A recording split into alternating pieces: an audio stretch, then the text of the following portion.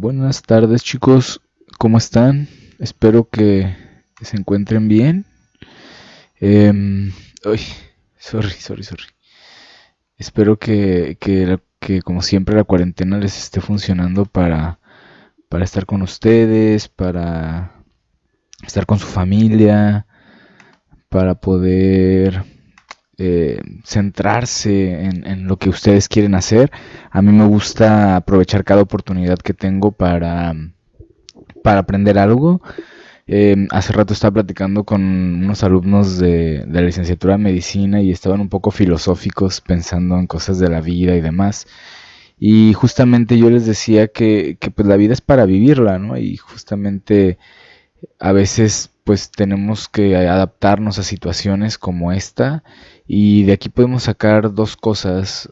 Sacamos cosas muy buenas o podemos sacar cosas muy malas. Entonces pues las dos son opciones válidas. La cosa es que con las malas, después de un tiempo no vas a estar cómodo, te vas a dañar y vas a querer salir de ahí. Si puedes y te va a costar mucho trabajo y vas a gastar mucha energía. Entonces, si empiezas a enfocarte en cosas más bien constructivas, que podríamos llamarlas buenas, entonces, pues ya no te evitarías todo ese mal paso e invertirías esa energía en construir algo y obtendrías un beneficio en más corto tiempo. Fíjense, piénsenlo como de repente la gente empezó a salir mucho más porque ya se desesperaron, porque también entiendo que la economía es algo que la gente necesita y pues quieren salir a trabajar y quieren hacer otras cosas, pero el problema es que no piensan a futuro, que si ellos empiezan a salir ahorita, que es la tasa de contagio más alta y lo están haciendo y sin cubrebocas y ya sin restricciones, pues se van a contagiar peor porque estamos en el peor momento y se va a alargar más el tiempo para volver a reactivar todo. Entonces, cuando tú ya le pones la perspectiva a un paciente, a lo mejor él ya dice, ah, órale, no, entonces si me quedo en casa, me aguanto otra semana, pero ya para acabar con esto antes, ¿no? Y no prolongarlo más. Bueno, de ahí que hoy vamos a hablar de algo muy interesante que, perdón, la filosofía del principio, vamos a hablar de algo muy interesante que es la mano, ¿no? A propósito, también gracias por sus comentarios en el Classroom, sí los leo, y gracias por sus comentarios. Yo hago el material para ustedes, ustedes para mí pues son mi motorcito, es 100% real. Yo, esto más que un trabajo, pues sí es un trabajo, pero siento que también es una vocación. Y bien lo dicen, ¿no? Que encuentres una vocación en la que, o un trabajo que te encante y vas a sentir que no trabajas nunca. Entonces, así siento yo, no siento que sea un trabajo, sino que ustedes me motivan a hacer esto. Entonces, la calidad de alumnos que tengo, pues es gracias a, o la calidad de profesor que soy es gracias a la calidad de alumnos que tengo. Entonces, de ahí que yo me esfuerzo un montón porque sé que ustedes también lo hacen. Y bueno, vamos a hablar el día de hoy de la mano, ya es la última parte de las extremidades y vamos a pasar después ya a lo que es columna, que será la columna cervical, lumbar, dorsal, sacra. Y el día de hoy, pues ya acabamos con este tema, con las extremidades. Vamos a hablar de algo bien interesante, pues porque la mano tiene muchas denotaciones y muchas connotaciones y una función mecánica como de engranaje y de secuencia muy interesante para hacer movimientos que son muy complejos y que son también fuertes y precisos. Vamos para allá. Entonces, bueno, vamos a hablar un poquito de la situación. La mano metacarpiana y falángica, vamos a hablar de esto porque recuerden que la muñeca la tomamos como la parte terminal del cúbito y al radio y los huesecillos de la primera línea del cúbito, del carpo, perdón. Entonces, aquí estamos hablando básicamente de la segunda línea y de las falanges, ¿no? Y de las falanges desde las proximales hasta las distales. Y bueno, se sitúa en la parte terminal de la extremidad superior, se extiende desde la base de los metacarpianos hasta las falanges distales. Los apéndices de la mano están compuestos por 4 dedos, que serían desde el meñique, el anular, el medio y el índice, y denominados largos, y un pulgar oponible, que es lo que nos diferencia de muchas especies que no pueden utilizar sus manos como pinzas o como instrumentos, y que aparte nosotros tenemos una capacidad motriz muy fina, ¿no? De hecho, somos capaces incluso con los instrumentos de manipular inyecciones celulares, podemos llegar incluso al núcleo sin tronar la célula, de eso va la terapia génica. Entonces esos movimientos tan finos de la microcirugía, por ejemplo, son gracias a lo que vamos a ver a continuación, que es un sistema muy complejo de músculos, tendones, de articulaciones, cápsulas y ligamentos, que la verdad es que nunca notamos. Hacemos movimientos lo tenemos tan usual en nuestras vidas que se nos olvida lo importante que es, ¿verdad? Entonces, bueno, miren, la columna del dedo, que básicamente está hablando de lo que es el carpo y todo lo que son las falanges, es una cadena articulada de longitud segmental creciente. Recuerdan que habíamos visto de las cadenas al principio, según Fibonacci del 1202. Bueno, la columna del dedo pulgar es una formación articulada original más corta que la de los dedos largos y oponible. Esa es la característica de la mano. Ahora, los dedos tienen jerarquía. ¿Se acuerdan que habíamos hablado de que hay cierto ganancia de poder o cierta, ¿cómo decíamos en la mano dominante, no? Hay cierta dominancia. Bueno, los dedos tienen en cuanto a musculatura, en cuanto a inervación, en cuanto a todo, se clasifican del 1 al 5, del más importante al menos importante. O al que es pues sí, no menos importante, sino con una capacidad motriz menos funcional o menos compleja, porque es igual de funcional, más bien es menos compleja, ¿eh? Disculpen ustedes, de repente también yo voy estudiando con ustedes y me emociono con las palabras. Bueno, fíjense, normalmente pues tomamos al primer dedo, ¿cuál? Siempre decimos pues el índice, ¿no? El primer dedo es el pulgar. ¿Por qué? Porque es el más móvil. Muévalo. No tienen la misma amplitud de movimiento con el índice ni con los demás. Con el pulgar sí. Es el único oponible y con una musculatura intrínseca más potente que la extrínseca. Entonces esto viene desde los flexores propios del dedo pulgar, que ustedes ya los vieron en anatomía, todo lo de musculatura de la mano, que es muy compleja. Bueno, el segundo dedo sería el auricular o el meñique.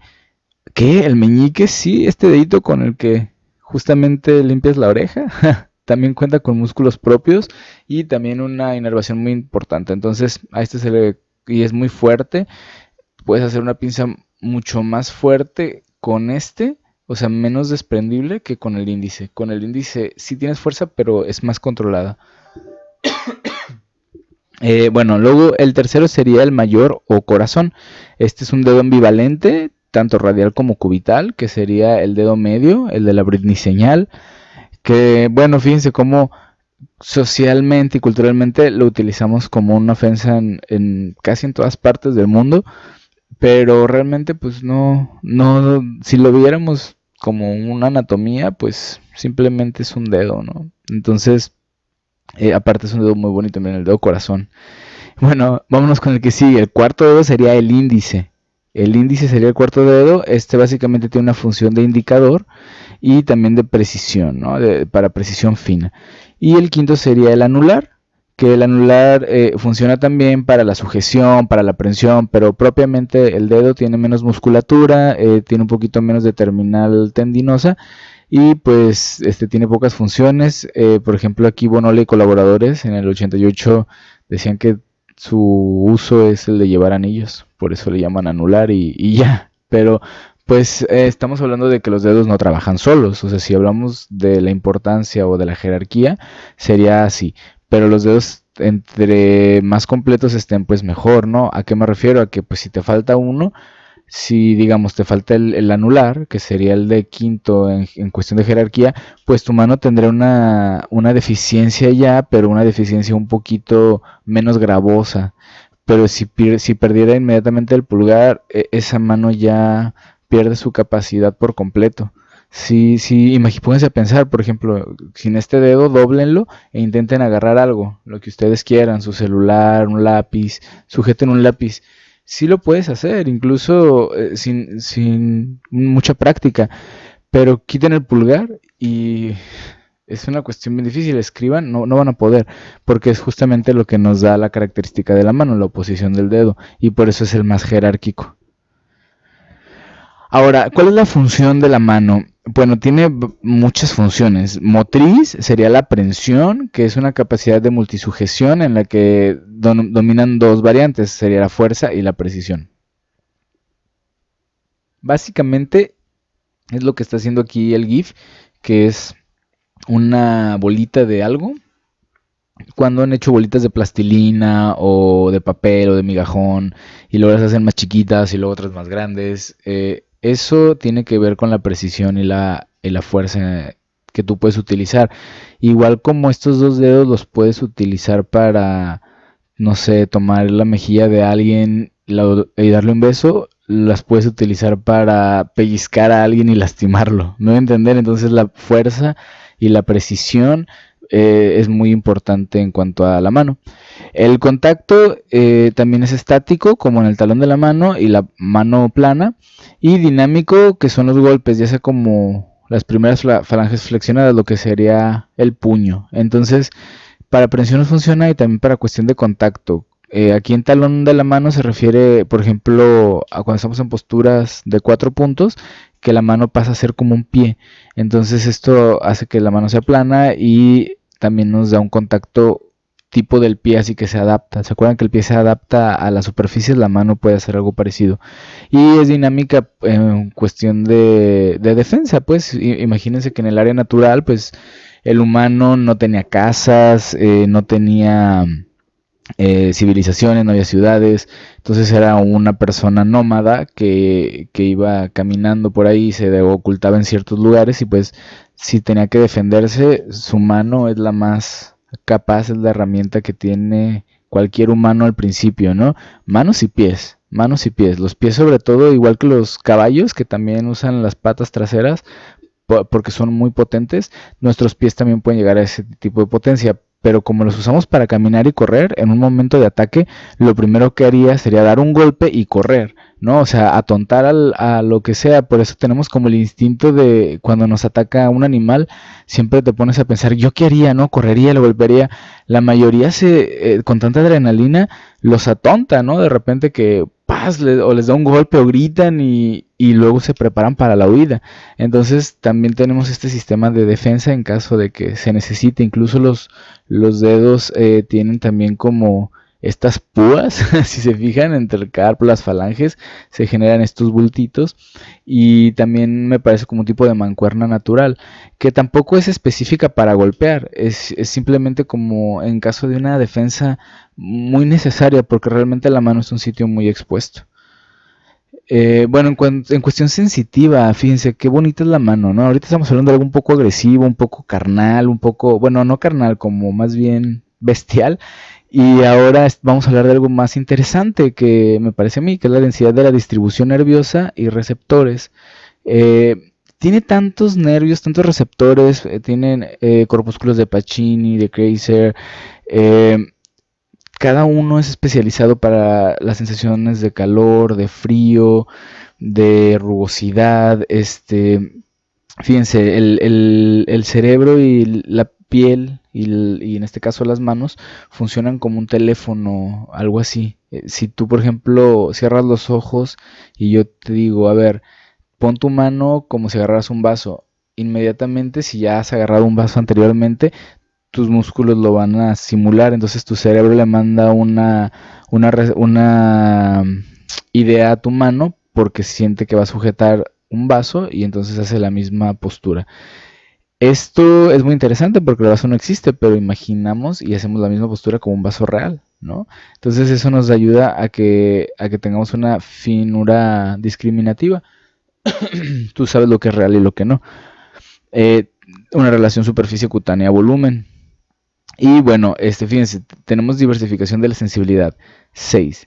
La mano está diseñada para ser sensible al tacto y la rugosidad, al calor, a las formas geométricas, a la suavidad de un material, al grosor de un objeto e incluso gusto.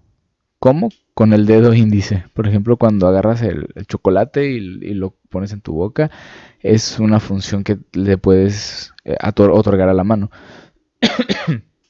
Ahora, ¿por qué solo hablamos de calor y de no de frío? Porque en la física el frío no existe. Lo único que existe es el calor y cuando no hay calor es lo que denominamos frío, pero realmente es ausencia de calor y ya, no es como que exista un frío, pues, o sea, y como que el calor y el frío sean físicos, no. Simplemente existe el calor y su ausencia. No sé si me entender, es como también como la luz y la oscuridad, o sea, existe luz y si no hay luz, pues hay oscuridad, así de simple. De hecho, la luz es la que trae el color, ¿verdad? Existe luz y su fragmentación es la que nos hace ver el color. Bueno, eh, si nosotros nos ponemos a pensar todos los tipos de función que tiene la mano, la memoria muscular que tiene y la sensibilidad, pues entonces deberíamos de también tener en conciencia constantemente que es una zona que también tenemos que entrenar bastante para sensibilizar y para fortalecer, para que no nos pase nada en la medicina. Es un arte, así lo decimos, ¿no? La medicina es un arte, igual que muchas otras, como la gastronomía, como estudiar, como bla, bla, bla. Y bueno, yo lo relaciono mucho, por ejemplo, el piano. El piano es quizá de los instrumentos más complejos para aprender a tocar, porque tienes que tocar en dos claves al mismo tiempo con las dos manos y cada mano hace una función diferente, aparte tienes que usar el pie. Entonces, y les en dos claves, que una clave para mí es muy fácil, la de fa, pero la de sol es más compleja, que es la que yo uso para el violín, pero es más compleja. Entonces, no sé cómo le hacen para leer al mismo tiempo. Y bueno, aparte tocar así al aire libre sin notas es de gente virtuosa, es muy difícil. Entonces, esta capacidad que tienen los pianistas, por ejemplo, es desarrollada, no es que nazcan y ya sean mágicos, o sea, muchos tienen un talento innato, eso es verdad, pero la mayoría de los pianistas exitosos, como todo en la vida, es a base de constancia, de trabajo y disciplina, y ellos esta musculatura que tienen y esta finura y esta transmisión aparte de emoción es gracias a los años y años de práctica especializada de la mano. También, pues, por ejemplo, aquí vemos otra imagen un poquito más. Ah, bueno, les decía que yo relaciono mucho la medicina con el piano porque en medicina también utilizamos muchos guantes de látex para evitar infectar al paciente o que el paciente, o traernos bichitos y transmitirlo a otro paciente. Entonces, siempre por protección del paciente nos ponemos guantecitos, pero al principio necesitamos desarrollar el tacto sin guantes, entonces practicamos entre nosotros como revisar el hígado o el vaso entre la familia y con quien te haga el paro de que, oye, te puedo examinar el hígado y demás, aparte te lo agradecen porque estás practicando, pero lo haces bien y vas desarrollando poco a poco cómo se siente con la piel y después te pones el guante y luego lo vas practicando con guante y tienes que desarrollar la misma sensibilidad con el guante como si no tuvieras guante. Entonces, eso lleva un poco de práctica, lleva mucho tiempo, muchos guantes, muchas lavadas, muchas dermatitis por lavarte y lavarte y lavarte y lavarte, pero al final de cuentas vale la pena porque tú ya con guantes es como si no trajeras y así proteges a tu paciente, que es lo más importante. Entonces, se me figura mucho a esto. Y bueno, fíjense cómo la mano también tiene la capacidad de percibir cuando un objeto es sólido o cuando no lo es tanto. Entonces, por ejemplo, en el agua siempre tenemos estas cuestiones que son más fluidas, más reserva de tocarlas a cambio de una flor. Por ejemplo, una flor la tomaríamos fácilmente. Entonces la mano está adaptada de acuerdo a la memoria que también le hemos brindado. De ahí que todas las memorias cuentan, chavos, ¿eh? Por eso es muy importante que nuestras memorias sean importantes, ¿eh? Que sean, que dejen marca, que dejen huella. Porque sí se marcan en el cuerpo, las recuerda. Ahora, sensorial también tiene esta función. Tiene la integración, lo que les decía, la conexión es mano-cerebro, funciona como un teléfono rojo. Por eso es que estos movimientos tan precisos, por ejemplo, en un instrumento, es gracias a que el cerebro está concentrado. Cuando tú no estás concentrado, no tocas bien tu música, no escribes bien, no haces buen ejercicio. ¿Por qué? Porque tu cerebro no está mandando la señal adecuada, ¿no? Entonces a veces tu cerebro está en otro rollo y pues a veces es mejor dejarlo un poquito en ese rollo y reservarte para que cuando ya estés aquí, ahora sí hacemos ejercicio, ¿no? Porque si no lo voy a hacer mal. Entonces también es importante recordarle a tus pacientes que estén concentrados al momento de hacer ejercicio. De ahí que le pidas cuál es el mejor horario para él para entrenar, ¿no? Muchos de ustedes, yo he visto que ponen esos tratamientos que dicen, a ver, ¿en qué momento es tu mejor momento? En la mañana, en la tarde, en la noche. Y adaptan ejercicios para que también el paciente no se hiperactive si es en la noche y le ayude a perder grasa y le ponen buenas rutinas. Entonces, eso es gracias a esto, para que también vayan ustedes estimulando al cerebro del paciente de que tiene que accionar a cierta hora y uno se acostumbra, el cuerpo se acostumbra y luego te pide eso a cambio porque es algo muy benéfico para él. También tiene variabilidad, la calidad psicomotriz refleja las variables de un individuo a otro. Esto pues tiene que ver con la cultura, por ejemplo, pues la utilización de las herramientas no es igual genéticamente o no se distribuye igual en los países porque culturalmente tenemos otros comportamientos. Por ejemplo, aquí en Occidente, usualmente comemos con tenedor, con cuchara. En Oriente lo hacen con palillos, entonces la postura de uno y otro desarrolla diferentes tipos de capacidad psicomotriz. Lo más importante es que a tus niños, a tus bebés y a tus mujeres que están embarazadas y que también les van a poner rutina, les recuerdes siempre que el bebé tiene algo que se llama estimulación temprana y desde que nazca tienen que hacerle ejercicios para que desarrolle la capacidad psicomotriz de un individuo normal. Y ya la fina la va a ir desarrollando también de acuerdo a la cultura, a los juguetes, a la educación y pues que se le otorgue pues. Bueno, también tiene una capacidad de plasticidad. La plasticidad tiene que ver con la cuestión de la plastilina, ¿no? De volver a crear. Y la influencia del comportamiento modula muchos aspectos. También, fíjense cómo una persona que es insegura, que tiene la autoestima bajo, que no tiene mucha capacidad de asimilar emociones negativas, siempre trae como las manos ocultas o están bajas, inseguras, siempre en puño, moviéndolas cuando estás ansioso. Y como cuando estás tranquilo, incluso tus manos parece que fluyen, están bien a gusto, te puedes expresar súper bien con ellas. Entonces, esto tiene que ver con el comportamiento también cerebral, ¿no? Es una cadenita. Si tú estás cómodo, vas a actuar cómodamente. Y si estás incómodo, pues tu cuerpo va a estar en señal de alerta, entonces no va a haber una relajación adecuada. Esto véanlo mucho con sus pacientes. Si ven que sus pacientes de repente tienen muchas actitudes de estas, ayúdenlos con ejercicios para que vayan estimulando muscularmente las manos, ¿no? Muchas veces pues tú no los vas a poder sacar de la depresión o de lo que traigan, pero el hecho de que les pongas a hacer ejercicio, ellos las manos le van a empezar a pedir más movimiento y eso a su cuerpo le va a ir pidiendo más dopamina y eso a lo mejor le cambia el chip y va a psicología y plas, o sea, con una simple, ¿cómo se llama? Una simple rutina de ejercicio de manos. Fíjate qué tanto puedes impactar tú en la salud del paciente. De ahí que su licenciatura es muy importante, igual que todas las licenciaturas. Bueno, eh, ¿qué más? La mano tiene una capacidad expresiva que es muy interesante, la he estado hablando todo este tiempo, ¿no? Tiene gestos de comunicación coverbal que tiene que ver con, por ejemplo, Abundis, ¿no? Yo me la paso, no sé si se han dado cuenta, pero me la paso hablando con las manos. Soy así como gesticulo mucho con las manos porque para mí es una sensación de, no sé, simplemente siento que tengo que hablar con ellas. Me han enseñado eso en mi vida, que todo mi cuerpo habla también, entonces pues mis manos me ayudan a expresar mucho de las cosas que mi cerebro no puede poner en palabras, entonces en movimientos creo que lo puedo lograr y eso tiene que ver, fíjense, también con este lenguaje que dicen que es como coverbal porque sí transmite información, o sea, sí cumple con el proceso de información. Aquí tenemos, por ejemplo, el lenguaje a señas, ¿no? Familia aquí en inglés. Gestos de comunicación no verbal, que serían como estos, por ejemplo, ¿no? Que no expresamente estás diciendo algo, pero con el tacto estás expresando inconscientemente algo. Un tacto, por ejemplo, de este tipo, ¿a qué te recuerda? O qué parece? Como de salvación, ¿no? Como que esta mano de abajo se está cayendo y este lo rescata, como de amor, como de fraternidad.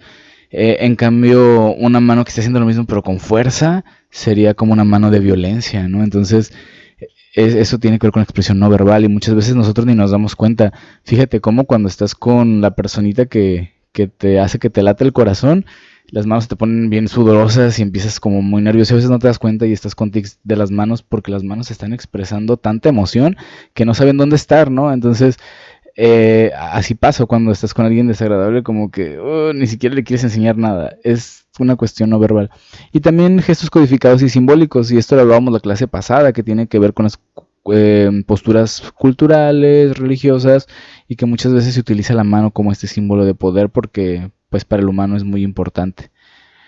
Ahora, ¿qué patologías tenemos? Son muchas, ya hablamos de otras en la clase pasada, las vamos a tocar hoy también, que serían en traumatología, pues básicamente es lo que les decía, la mano está muy expuesta, se utiliza mucho en la utilización de objetos, y objetos que a veces decimos, ay, sí, lo utilizo, y hasta después de que lo utilices te das cuenta que en el peligro en el que estabas, ¿no? Agujas, tijeras con el filo, cúters, no sé, yo he visto gente hacer cosas con sus manos que de repente digo, ay, ¿por qué no te las cuidaste más? Cuando estudias medicina, tus manos desarrollan un nivel de importancia, creo que más grande que el de cualquier humano usualmente, porque son tus herramientas de trabajo. Entonces, yo, por ejemplo, soy médico cirujano y partero, entonces cuando estaba haciendo cirugías acompañando a los cirujanos y ahí estaba, no sé, me dejaban suturar o me dejaban reparar algún vaso o algún músculo o ayudarles, ese tipo de especialización te hace valorar cuidar tus manos muchísimo. Entonces, no sé, a mí mis manos me importan bastante. Siempre que me saludan me dicen, ay, las tienes bien suavecitas, ¿no trabajas? No, sí trabajo mucho, pero las cuido mucho, las aumento mucho, les doy masajito porque son bien importantes, ¿no? Me ayudan a expresarme de muchas maneras.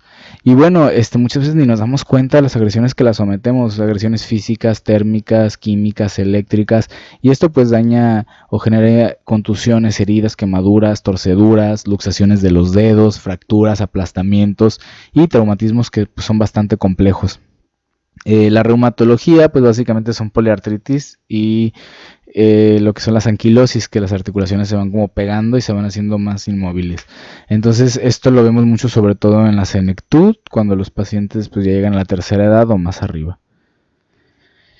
Y bueno, neurología tenemos de dos tipos en cuanto a patologías. Las centrales, que sería la mano flácida o espástica de Parkinson. La mano flácida sería una mano que de plano no se puede levantar. Y la mano espástica es una mano más bien dura. Esto estamos hablando del Parkinson porque el Parkinson es un tipo de degeneración nerviosa, pero que genera como una espasticidad, la mano está dura, se mueve por una marcha jacksoniana, así se le llama cuando empieza con un dedito, y luego con la mano, y luego todo el brazo, y luego así, y es como en un tipo de engranaje, a eso se le llama marcha jacksoniana. Entonces esto es característico de la neurología central de la mano. Pero en cuanto a periféricas, tenemos el problema radial, la mano está caída por parálisis de los extensores, a esto le llamamos signo del juramento o mano en gota. Esta es una lesión del nervio radial cuando su paciente llegue de que, ay, es que me levanté y no podía levantar mi mano. Tú que eres escultor físico, ¿sabes qué me pasa? O tú que eres rehabilitador, o tú que bla, bla, bla. Y pues entonces tú, sí, claro, yo estoy en la Universidad de Guadalajara, por supuesto que sé que eso se llama mano en gota o signo del juramento y es una lesión del nervio radial. Tienes que irte a cirugía, por favor, háblale a mi amigo, es médico, es muy bueno y listo, yo te rehabilito, yo te doy ultrasonido antes y después cuando él nos autorice seguimos con tu rehabilitación para que en 2-3 meses estés al 80-90% de tu función, ¿eh? Si hay manera de reparar. Cubitales, si hay lesión cubital, pues se provoca una parálisis de la mano intrínseca y le llamamos la mano en garra, ¿verdad? Es lo que decíamos de los cubitales. Y el mediano, el nervio mediano que afecta la oposición, la mano de simio. Esta es la mano de simio y el paciente pues no puede agarrar las cosas, es como si fuera un simio. Y también tenemos la de la mano de predicador, que habíamos dicho que era una lesión del nervio mediano también por atrapamiento ay, se me fue. Bueno, ahorita me acuerdo. Pero atrapamiento del túnel carpiano. Ahí está, del túnel carpal. Uy, se me estaba yendo, se me estaba yendo. Bueno, vámonos con las bases anatómicas. Como siempre les digo, esto es un repaso. Ustedes ya llevaron anatomía y eso es lo que complementa a su estudio. Bueno, a nivel óseo tenemos el carpo, que serían la segunda línea de los huesecillos, que están conformados por el trapecio, el trapezoide, el hueso grande y el ganchoso. Y el metacarpo, que serían estos huesitos de aquí, las líneas que van justamente columnares o dirigidas hacia cada dedo. Y luego tenemos las falanges. Antes le decían falange, falangina y falangeta, pero esa es como una anatomía del siglo. Ahora se llama falange proximal, media y distal. Esta es la más lejos del cuerpo, distal. Entonces tenemos 3 falanges de cada dedo: falange distal, media y proximal. El metacarpo y nuestros huesos del carpo. Y tenemos nuestro dedo pulgar, que nada más tiene el metacarpo y una falange proximal y una distal, no tiene media, ¿no? Por eso es lo que lo caracteriza. Ahora, a nivel articular, tenemos 4 principales articulaciones: las carpo-metacarpianas, que sería la unión con los dedos largos, y la unión con el pulgar, serían estas. Las metacarpofalángicas, que serían las de los dedos largos y del pulgar. Las interfalángicas proximales y las interfalángicas distales. Estamos hablando de todas las articulaciones que se encuentran en la mano, básicamente cómo se van empotrando pues las falanges una tras otra como una cadena. Esto tiene mucho sentido para que como un engranaje podamos abrir y cerrar la mano.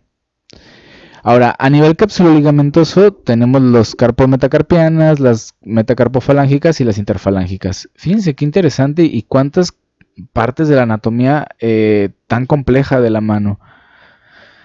A nivel muscular vamos a dividir la mano de diferentes maneras, en 5 partes. 1, la zona 1, también esta es inervación muscular. La 2, la 3, esta pasaría a ser como parte de la 2, de la 1, la 4 y para acá para la muñeca la 5. Estas son las zonas de lesión de los tendones normalmente, de las cuestiones musculares. Entonces, tenemos músculos extrínsecos e intrínsecos. Los intrínsecos serían intraóseos, lumbricales, tenares e hipotenares, que estos nos ayudan a una fuerza y una estabilidad, de las cuales vamos a hablar en un momento. Y los extrínsecos, que son el sistema flexor y el extensor. Y estos pues serían básicamente los músculos que tiene la mano. Recuerden que todos estos músculos son especializados. Fíjense cuántos se insertan, por ejemplo, en este. ¿Ya vieron por qué es el quinto?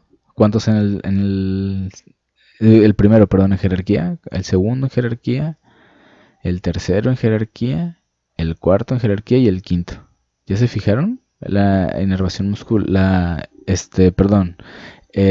inserción muscular es diferente para cada dedo y esto le da más fuerza a cada uno. Ahora, ¿qué elementos tiene el nivel esqueleto fibroso? Tiene una fascia palmar media, que básicamente es un órgano de protección y apoyo en el centro de la palma, que de aquí que también te dan fascitis, ¿no? Palmares, vainas palmares y dorsales, y órganos que son órganos de deslizamiento. Tiene poleas fibrosas de los flexores, que son órganos de sostén, la cintilla dorsal del interóseo, que además de sostén tiene acción mecánica, el ligamento retinacular, que es el fascículo transverso y oblicuo y tiene una importancia a nivel mecánico, y bueno, la extensión tendinosas, que serían de sostén.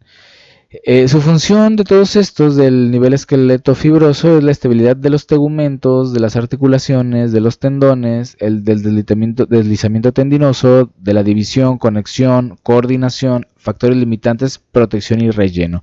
¿Recuerdan cuando vimos pierna que les decía cuál es la fascia para que estemos parados sobre un pie? ¿Cuál es? Muy bien, el tensor de la fascia lata. Entonces, ese tensor nos ayuda a que podamos estar en un pie. Y si se fijan qué duro se siente, párense en un pie y fíjense, toquen a un lado y vean lo duro que se siente. Es una cuestión también de nivel esqueleto fibroso. Entonces, vean todas las que tiene la mano. No habíamos visto tantos, ¿no? En ninguna parte del organismo. ¿Por qué? Porque la mano es la herramienta especializada. Ahora, a nivel vasculonervioso, tenemos las arterias radiales y cubitales y las que siguen de estas. Y los más interesantes o los más importantes a nivel nervioso serían 3. El cubital, que sería por dentro y en medio, la inervación, esta área azul. El nervio mediano, que básicamente sería todo por fuera. Y el radial, que emite colaterales del antebrazo. Esto es normalmente lo que irradian. Esta es una lesión del nervio radial, del nervio mediano, del nervio cubital. Y bueno, acá tenemos otros dos nervios que serían el anterobraquial lateral y el anterobraquial medial, que pues vendrían a alimentar estos. Entonces, fíjense la compleja inervación de la mano. Y cada uno de estos deditos tiene lo que es nuestra marca de impresión, ¿no? Que es única y para cada uno, tu código de barras, la huella digital, no se repite nunca y es diferente para cada ser humano. Entonces, esa es tu marca personal. Por eso mucha gente, los asesinos seriales y todo en las historias las borran con ácido y demás, ¿no? O los ¿cómo se llaman? Los espías que se ponen estas como gomitas y que atrapan la huella digital. Es muy interesante. Cada uno de estos deditos tiene diferentes corpúsculos y reciben diferentes sensaciones. Por ejemplo, eso lo podemos hablar en Dharma después. Les subo una presentación de piel para que vean lo bonito que es. Pero aquí, por ejemplo, este dedo es el que más siente. ¿Se han puesto a revisar cuáles de sus dedos sienten más? Este tiene muchos corpúsculos, sobre todo de calor, de frío, porque es el que indica. Entonces, con este puedes indicar. Hasta la gente no se chupa el dedo y luego lo sube a ver dónde está corriendo el aire. Entonces, es por lo mismo. ¿Cuál es el que normalmente humectas? Este. Los demás también tienen sensaciones, pero este tiene muchos corpúsculos. Y los demás son para presión, para sensación de algo que es fino o muy rugoso. Bueno, ahora vamos a las movilidades de los cuatro dedos. Básicamente los cuatro dedos pueden hacer flexión, que sería esto, extensión, separación de los dedos, que es abrir las palmas, rotación de los dedos y el movimiento independiente de los dedos, por ejemplo este. Esto es gracias a toda la musculatura y los tendones y todo el sistema tan complejo que hemos visto. La movilidad del dedo pulgar se toma parte por su inserción muscular y también tiene su flexión, su extensión, abducción y aducción y pues obviamente lo que es la rotación que viene a completar los cuatro movimientos. Bueno, estos son algunos ejercicios que yo les propongo para que les pongan a sus pacientes porque es muy importante que aparte de estimular o de calentar toda la zona del brazo y del hombro, también estimulemos y calentemos y entrenemos la mano, porque la mano a fin de cuentas está cargando todo el peso y a veces, por ejemplo, se hipertrofia porque cargamos las mancuernas, ¿no? Luego tenemos los brazotes y las manos se ven bien chiquitas. ¿Por qué? Porque tampoco les damos el tamaño adecuado, del ejercicio adecuado, perdón, para que alcancen una adecuada hipertrofia. Las manos sirven para trabar y te sirve de palanca, todo el brazo para eso funciona, distribuye el peso. Pero al final de cuentas la mano también tiene sus propios músculos y también hay ejercicios especializados para que la mano también crezca, ¿no? En hipertrofia y pueda distribuir mejor el peso. Entonces, muchos pacientes no solo quieren hipertrofia, muchos pacientes buscan rehabilitar o buscan antes de una cirugía o buscan simplemente tener un ejercicio 100% de su cuerpo al 100%, ¿no? Y bueno, aquí hay un ejercicio que es abrir y cerrar la mano. Esa es muy buena para habilitar todos los flexores y extensores de los dedos y también del pulgar. Esta postura es muy buena. Nos ayuda también a nivelar un poco el hombro y la postura de la espalda. Y pues es hacer presión sobre estas partes y después relajar. Esta es muy buena también, es hacer circulitos con toda la mano y la muñeca para poder fortalecer los músculos desde el antebrazo. Tenemos esta otra que es abrir y cerrar las manos al mismo tiempo y en una postura de 45 grados más o menos. Esta también que es como girar como si estuvieras cambiando un foco. Estas también son muy buenas sobre todo en la rehabilitación de pacientes porque quieren rehabilitar, o sea, volver a habilitar estas funciones. Son funciones que tú ya las consideras básicas, pero el paciente cuando pierde movilidad necesita recuperarlas, entonces tú le vas a ayudar con estos ejercicios. Otro ejercicio es este es muy bueno y fíjense cómo genera dos posturas, no nada más una. Háganlo, es muy bueno. Uy, les he puesto... hay músculos que ciertas personas tienen profesiones, por ejemplo, hay un músculo que yo no le he visto a los fisicoculturistas, pero que sí se lo he visto a los endodoncistas, y es un músculo de aquí del antebrazo que se les hace bien mamey, bien fuerte, y cuando hacen esto se ve cómo se mueve, y los fisiculturistas claro que no lo tienen porque ese músculo se hace tan hipertrófico por el movimiento circular y de arriba y abajo que hacen todo el tiempo los endodoncistas. Entonces tendrías que estar haciendo esto igual como un entrenamiento como ellos. Imagínate cuántas endodoncias hacen al día para tener esa hipertrofia. Claro que imagínate que alguien que hace halterofilia, que le pongas a hacer algo, pesitas con esto, con los dos dedos, con el pulgar y con el corazón o con el medio, y te va a decir, no, pues no, a mí ponme pesas de 1000 libras, ¿no? Bueno, y ya pues si tenemos instrumentos como una manzana incluso nos puede funcionar como peso para un paciente que esté rehabilitando. Fíjense cómo no solo estamos generando fuerza en la mano, ¿no? También estamos generando fuerza en el codo y sobre todo en el hombro. También podemos rehabilitar hombro con esta postura. Y bueno chicos, eso es todo. Por mi parte, mano me encanta porque me da para hablar de muchas cosas que son de tacto, de sensibilidad, de pues todo lo que ya platiqué que de repente, perdonen que me desvío un poquito del tema, pero lo creo un poquito necesario para poder aclarar los puntos a los que quiero llegar y no solo leerles el libro, porque pues eso lo están haciendo ustedes, o sea, ustedes ya leen los temas, entonces yo les quisiera dar como parte de la literatura académica mi versión académica de cómo es que yo visualizo todo el contexto, ¿no? Y que no solo veo el área médica o el área de rehabilitación, o solo la mesoterapia, o solo la quiropraxia maya, o solo o sea, no, hay que ver un montón de visiones para tener una visión más completa, ¿no? Y bueno chicos, pues sin más me despido, que tengan muy bonito día, muchas gracias por seguir actualizando sus cursos, nos vemos.